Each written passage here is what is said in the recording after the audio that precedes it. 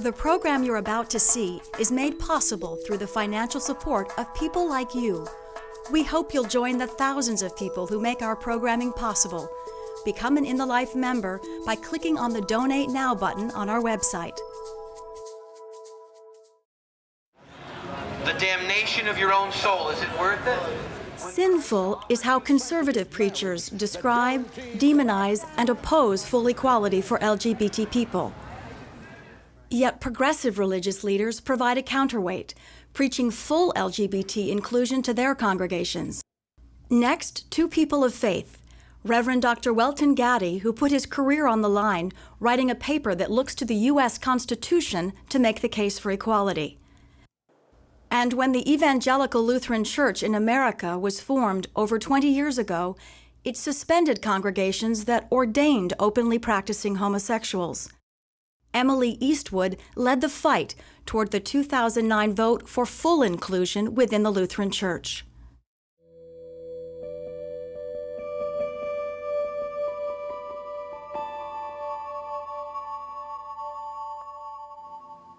I'm an organizer. I think if I had to say anything, that's about who I am. Emily is really looked at as the elder stateswoman of the whole LGBT faith movement. When Emily speaks, people listen. I'm an organizer in the same way that Christ was an organizer. Christ wandered the countryside of Galilee, gathering up people from unlikely places to spread the good news of healing to the biggest outcast of society of the day. She is a determined person, and she is one who is deeply committed to her Christian faith, and she is also one who believes that that faith should work itself out in working for justice and fairness for people. Emily Eastwood is just inspiring. She is such an example for me of what it means to really love the people you're working with, even when you disagree with them. I grew up in Houston, Texas. I like to say I'm a genetic Lutheran. My mom was a full-blood Swede, and my dad came from a good neighborhood. And in my family, church and family were exactly the same thing. I stayed in the closet in college. I decided to go to seminary, also in the closet, and I was outed in my first year. I chose discretion as the better part of valor and did not pursue further pastoral education after I was outed. My family had rejected me, believing that homosexuality, my father said, was the most heinous sin that there was.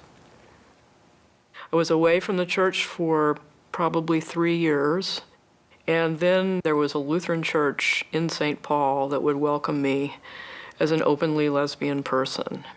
And I had stopped going to church altogether. So I walked in there on Ash Wednesday of 1983, and down toward the front there was a woman with short hair and sensible shoes. And I thought short hair, sensible shoes might be one. So I walked down and sat a discreet distance away from her. And I began to look through the bulletin. And in the bulletin was the welcoming statement. And down at the bottom it says, gays and lesbians, their friends and family. And at that moment I started to cry. I cried through most of the service. And as I walked down the aisle to take communion and have this imposition of ashes on my forehead, they didn't put an L. They put the sign of the cross, just like they did for everybody else, and I knew I was home. In 2002, I left my career in corporate America to take a job with Lutherans Concerned to try to rapidly expand the welcoming program, which I had personally experienced as life-saving through this congregation.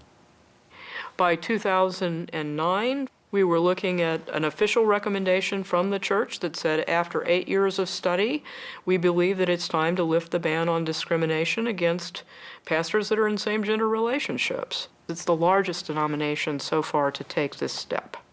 There are 4.5 million ELCA Lutherans. The Evangelical Lutheran Church in America when they voted for full inclusion of gay and lesbian people in the denomination this summer. It was historic, it was exciting, it was breathtaking. It was one vote after another. It wasn't just one vote. And they went our way. Now that the policy of discrimination has been lifted, there are congregations that are ready to call and have been ready to call gay pastors for many years.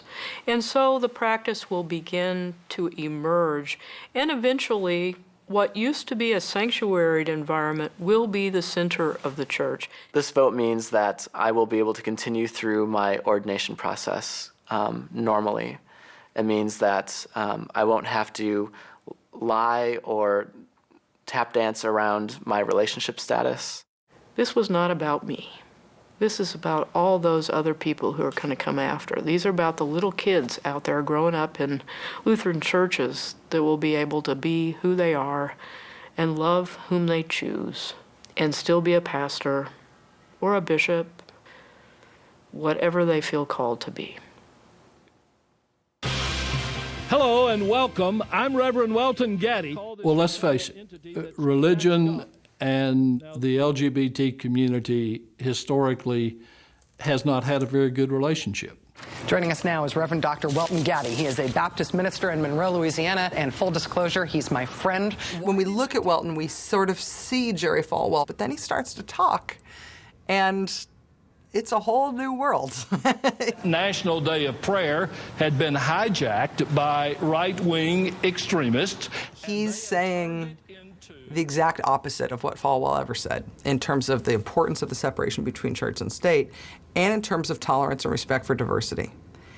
And that's powerful.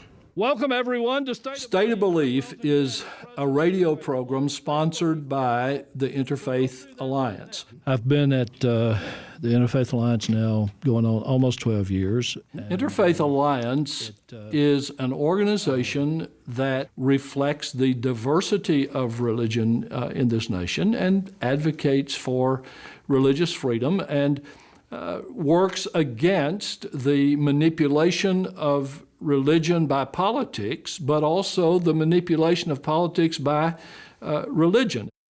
When Welton did the Interfaith Alliance paper on same-sex marriage, he subtitled it A Call to Quiet Conversations and Public Debates. Welton's point is that religion and the state must be separate, both for the health of the government and for the health of religion. To oversimplify grossly, one, it had to do with the nature of marriage, which in the United States is a legal issue, not a religious issue. And it had to do with whether or not religious institutions have the right to either deny marriage to someone or engage in facilitating marriage because of the faith tradition. One of the points that Welton makes, and I think it's powerful coming from a minister, is that he says that, listen, every religious faith has its own ideas about marriage. Every religious faith also has its own ideas about divorce. The government grants divorces given the circumstances of a particular relationship.